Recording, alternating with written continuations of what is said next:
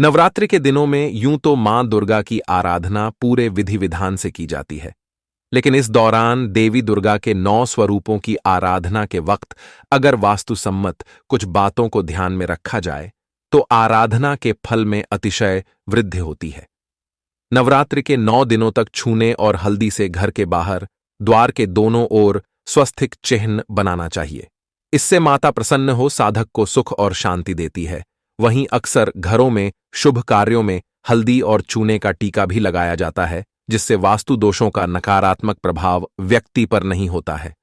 पूजा स्थल को साफ सुथरा रखना चाहिए। यदि आप ऐसी जगह पर हैं जहां आपके ऊपर बीम है तो उसे ढंकने के लिए चांदनी का प्रयोग किया जाना चाहिए। जैसे हवन के समय यह बीचों बीच में लगाई जाती है।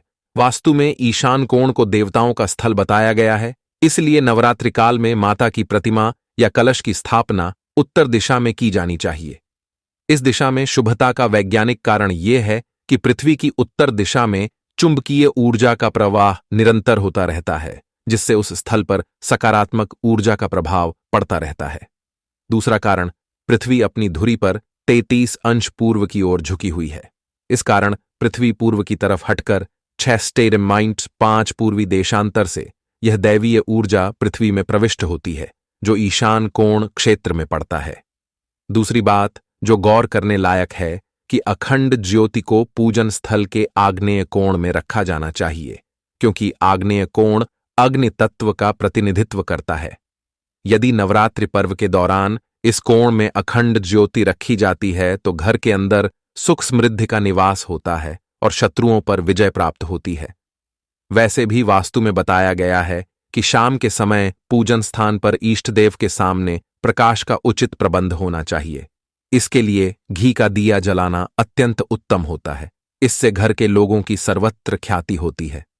नवरात्रि काल में यदि माता की स्थापना चंदन की चौकी या पाट पर की जाए तो यह अत्यंत शुभ रहता है, क्योंकि वास्तुशास्त्र में चंदन को अत्यंत शुभ और सकारात्मक ऊर्जा का केंद्र माना गया है, जिससे वास्तु दोषों खत्म होता है।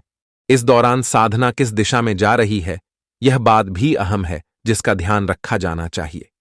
नवरात्रि काल में पूजन के समय आराधक का मुंह पूर्व या उत्तर दिशा की ओर रहना चाहिए, क्योंकि पूर्व दिशा शक्ति और शौर्य का प्रतीक है। साथ ही इस दिशा के स्वामी सूर्य देवता हैं, जो प्रकाश के केंद्र बिंदु हैं। इसलिए साधक को अपना मुख पूर्व दिशा की ओर रखना चाहिए, जिससे साधक की ख्याति चारों ओर प्रकाश की तरह फैलती है। नवदुर्गा यानी नवरात्रि की 9 देवियां हमारे संस्कार एवं आध्यात्मिक संस्कृति के साथ जुड़ी हुई हैं।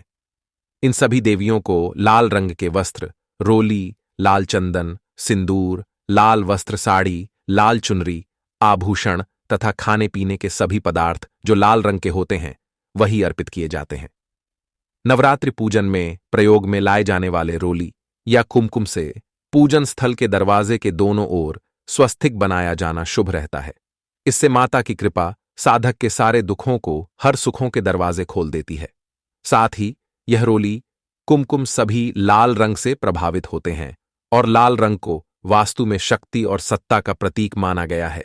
इस आधार पर कहा जा सकता है कि आप विजयश्री को अपने मस्तक पर धारण करके अर्थात मुकुट बना के रोली या कुमकुम के माध्यम से पहन लेते हैं। तो दोस्तों, इस नवरात्रि माता की स्थापना करते वक्त इन बातों का अवश्य ध्यान रखें और चैनल पर नए हो तो चैनल को सब्सक्राइब करें, वीडियो को लाइक करें और कमेंट बॉक्स में जय माता दी जरूर लिखें। मिलते हैं अगले वीडियो में, तब तक के लिए जय माता दी।